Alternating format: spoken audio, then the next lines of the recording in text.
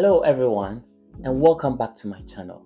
If you're watching this, chances are you're preparing for the IELTS exams, specifically the reading section, which many students find to be quite challenging. In today's video, I'm going to share some infallible tips and strategies that help me excel in the IELTS reading test. By the end of this video, I hope you feel more confident and prepared to tackle this section.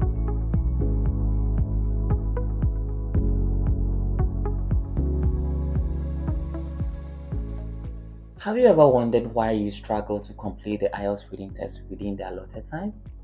Or perhaps you are confused about why your scores are lower than they expected? Well, today is the day you will uncover what you might be missing.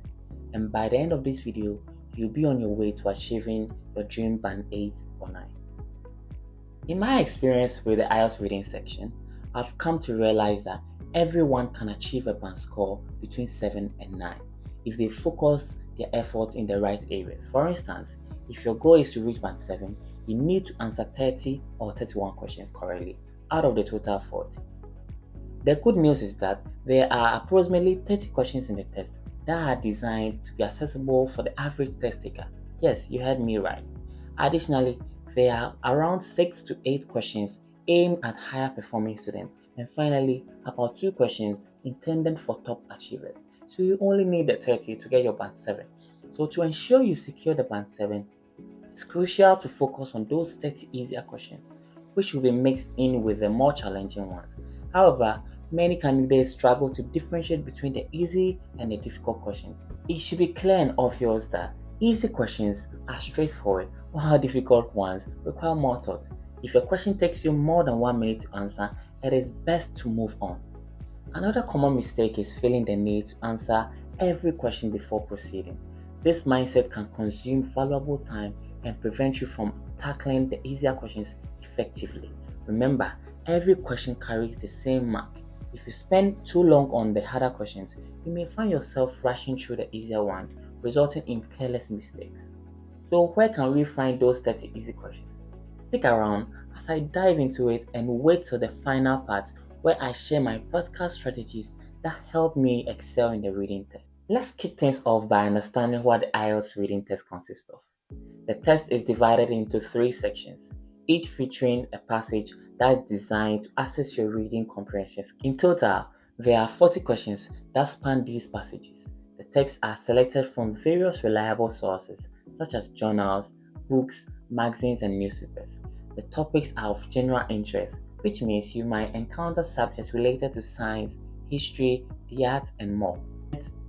Importantly, at least one of the passages will present a detailed logical argument challenging your analytical skills. Throughout the test, you will encounter a diverse range of questions types, including multiple choice, where you select the best answer from the options provided. Identify information, true, false, not given. So the matching types. This can include matching information, matching headings, matching features, or sentence endings to the relevant sections in the text.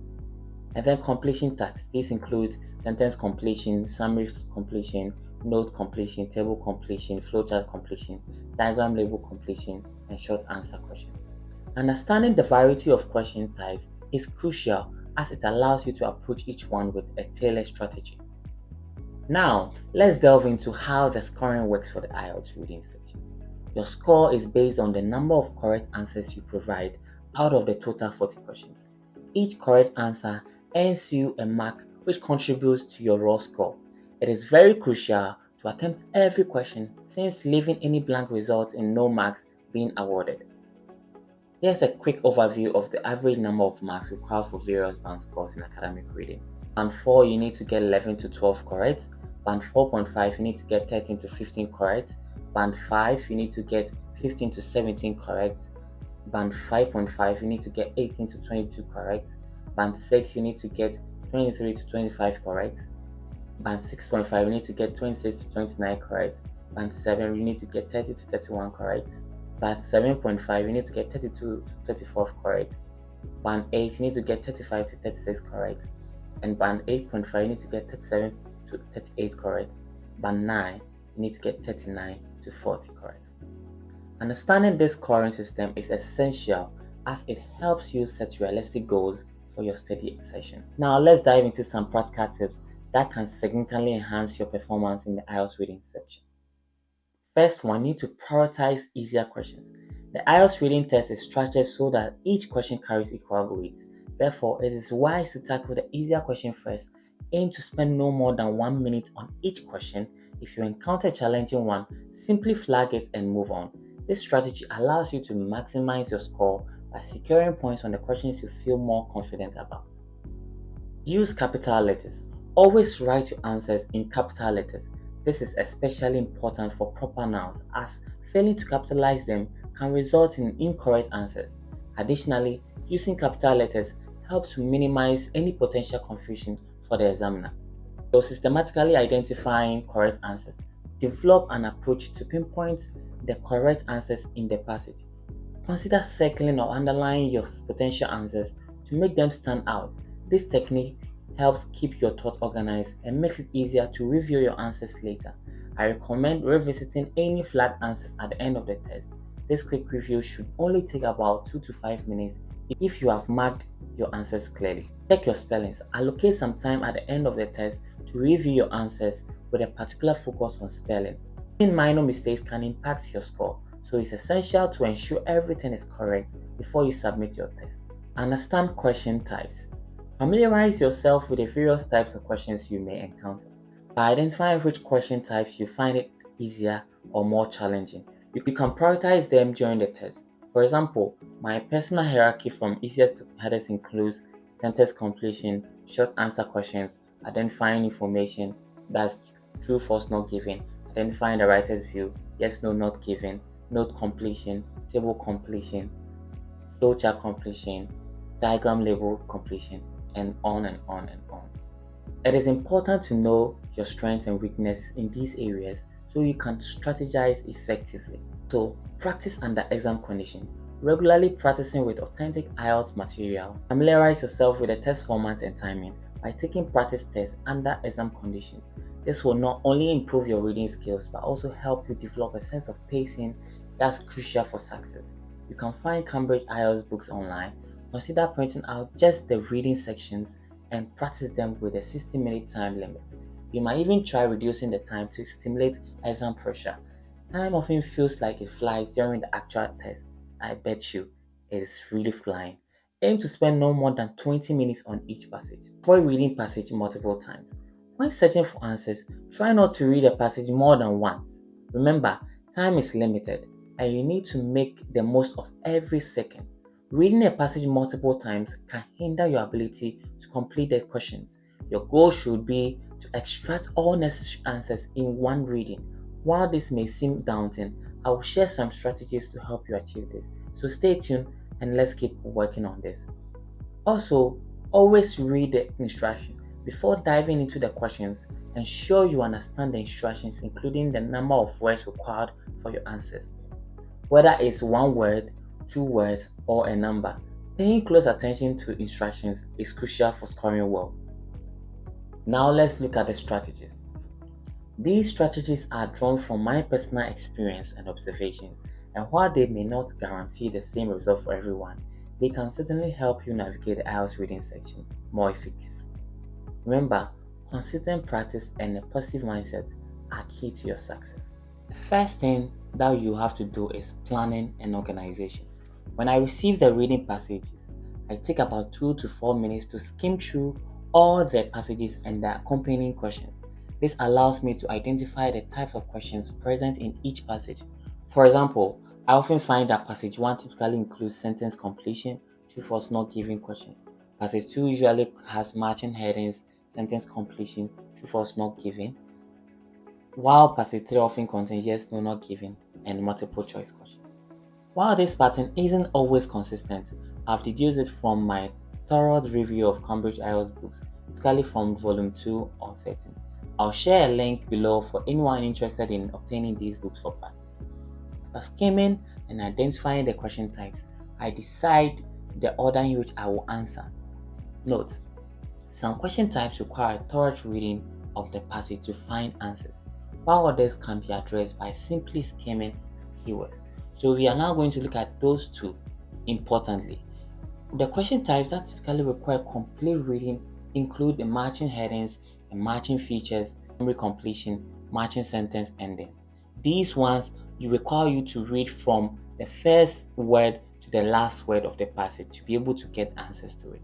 On the other hand, the types that allow for just skimming through the keywords includes sentence completion, short answer questions, identify information, true, false, not given, yes, no, not given. This means that you don't necessarily have to read through the passage to get answers for these ones. You can just skim and get the answers. This brings up an important planning consideration. Allocate time for the question types that necessitate a full reading of the passage and prioritize these at the end. What I'm trying to say is that because these question types need you to read through all the passage to get the understanding, so you need to allocate them so that you don't need to rush in. Even if it contains some of the question types that you can just easily skim through, just put those ones aside and deal with the other ones without those reading full question types. If you skim through all these questions first, you may find yourself needing to reread the passage for the other question types, leading to inefficient double reading that can eat into your time. Don't worry if you don't understand what I'm trying to say. We will go through a sample test and then you'll be able to understand what I mean by avoiding those particular passages so that you do them later. In the planning phase, I also exclude a passage containing matching headings, which is often found in the passage too. Whilst this isn't always the case, it tends to hold true in most instances. Therefore, any passage that includes matching headings or in code need full reading should generally be the last one you tackle. Additionally, it is not advisable to feel obligated to answer from question 1 unless it aligns with your strengths and prioritize question types. To illustrate this, let's consider a sample reading passage from Cambridge IELTS 16 Test 1. We will look at the test format and the question types that are involved. With the format involved, passage 1 has question 1 to 7 as true, false, not given. Question 8 to 13 has sentence completion. And in passage 2, we have question 14 to 20 matching headings, question 21 to 24 sentence completion, question 25 to 26, which is the multiple choice question. And in passage 3, question 27 to 30, which is multiple choice questions, question 31 to 34, short answer questions, questions 35 to 40, which is matching persons. So when planning my approach, I prioritize passage 1 and passage 3, choosing to complete passage 2 last. As we have established, passage 2 contains matching headings, which generally require a full read to answer correctly. Although it might be tempting to answer the sentence completion questions first, this could lead to double rereading. Therefore, my priorities will be question 8 to 13 sentence completion, and then question 31 to 34 short answer questions, and question 1 to 7 true, false, not given, question 35 to 40 matching persons, and then question 27 to 30 matching questions. So when I managed to complete this, I have been able to finish passage 1 and passage 3, and maybe I've flagged out all the ones that I find it difficult, and I will come back to it later. So at this point, I am done with passage 1 and passage 3, and I'm now going to deal with passage 2, which has the matching headings or any other form of type that requires me to read the question twice or more. And with the passage 2, our motive is to take time and read from the first paragraph to the last paragraph. That will enable us to understand the paragraph and be able to give it a title or a topic.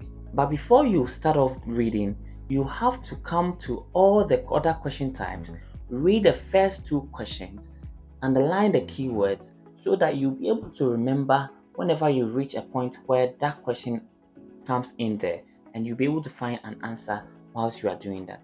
In this case, I will first of all read the questions in 21 to 24. I'll read the first 2 questions, underline the keywords, and when I understand the keywords from there, I'll move to the next question types and also underline the keywords. And then from there, I'll start reading the passages. Whenever I start with the answer to any other form of question types, I'll be able to understand. and by the time I'm done reading the whole paragraph, I should be able to get the topic. In this case, you are trying to avoid rereading or reading the passage twice, and at the same time, you are reading it once to get answers to other question types. And by the time you finish or you read up to the last word in the passage, you might have even completed other question types, and you might just be needing your topic for that last paragraph. Hope you understand. Once I've done that, I read through the passage carefully but efficiently.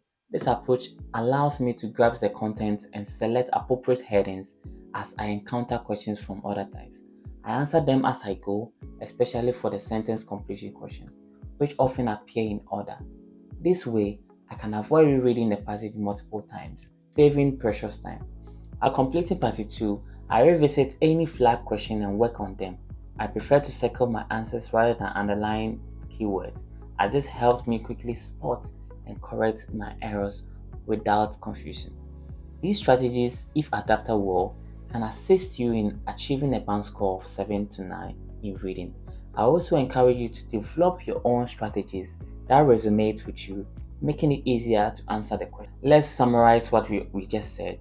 Learn to plan and organize before starting. Avoid reading passages more than once. Limit yourself to 1 minute per question and no more than 20 minutes per passage. Answer the easiest questions first. Understand the various question types and prioritize the ones that are easiest for you. Write all answers in capital letters to avoid mistakes. Circle your selected answers for quick reference when checking for spelling errors.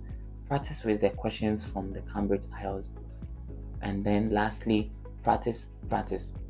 If you found this video helpful, please give it a thumbs up, subscribe for more IELTS preparation tips, and share your thoughts or questions in the comments below. Good luck with your studies, and I'll see you in the next video. Bye.